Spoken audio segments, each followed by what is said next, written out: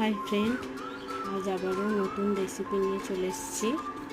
আজ করব ঝিঙে আলু পোস্ত। প্রথমে একটা কড়া নিয়ে নিয়েছি, নিয়ে তার মধ্যে আমি তেল দেবো। তেলটা একটু গরম হয়ে গেলে আমি আনাজগুলো দিয়ে দেবো।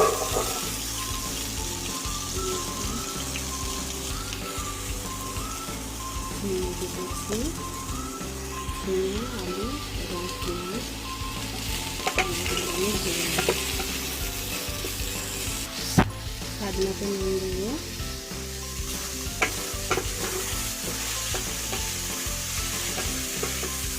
আনাজগুলো আমি ভেজে নিচ্ছি। আনাজগুলো কিছুক্ষণ এরকমভাবে ভেজে নেব।